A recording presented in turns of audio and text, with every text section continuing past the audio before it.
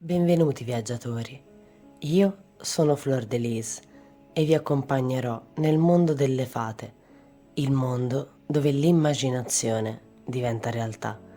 La creazione di oggi è un'originale collana con un ciondolo a forma di grappolo d'uva. A fine video ci rivedremo per parlare di come è nata l'ispirazione per questo progetto creativo. E adesso iniziamo il nostro viaggio.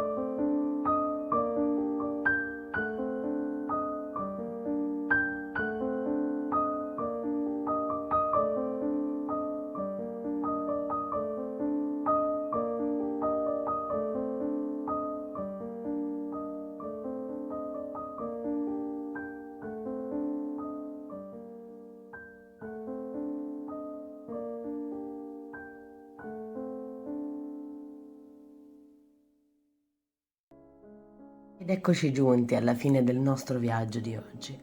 L'ultima cosa che voglio raccontarvi è come è nata l'ispirazione per questo progetto.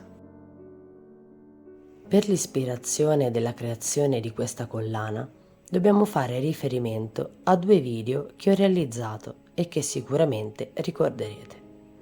Uno era quello dove vi raccontavo della fiera dell'antiquariato, dove ho acquistato il grappolo d'uva, e l'altro è quello in cui vi parlo del modo in cui mi arrivano le ispirazioni per le creazioni. Ecco, questa collana è l'esempio perfetto di come funziona la mia immaginazione. Perché dico questo? Perché il grappolo d'uva che utilizzo come ciondolo in origine non era stato creato per essere un ciondolo, ma è una di quelle placche di metallo che si vedono a volte sopra i bottiglioni di vino o le scatole per il vino. Era nato come una decorazione. E quando ho fatto il giro alla fiera, nello stesso banco dove ho trovato il cristallo del lampadario, ho trovato una cesta piena di queste placche decorative. Ce n'era una con la scritta whisky, una con la scritta zucchero, e frugando dentro la cesta ho trovato il grappolo d'uva. E studiando bene la forma e immaginandomela, ho capito che poteva diventare una bellissima collana. Questo, secondo me, è un bellissimo esempio per spiegare che a qualunque oggetto si può dare un altro scopo, un'altra vita, e farlo diventare ciò che vogliamo. Nel nostro caso, una placca decorativa è diventata una particolare e originale collana. Questo anche per dire che con un po' di fantasia e immaginazione, ogni oggetto o materiale, anche il più semplice e inaspettato, possono diventare una stupenda creazione o un meraviglioso gioiello.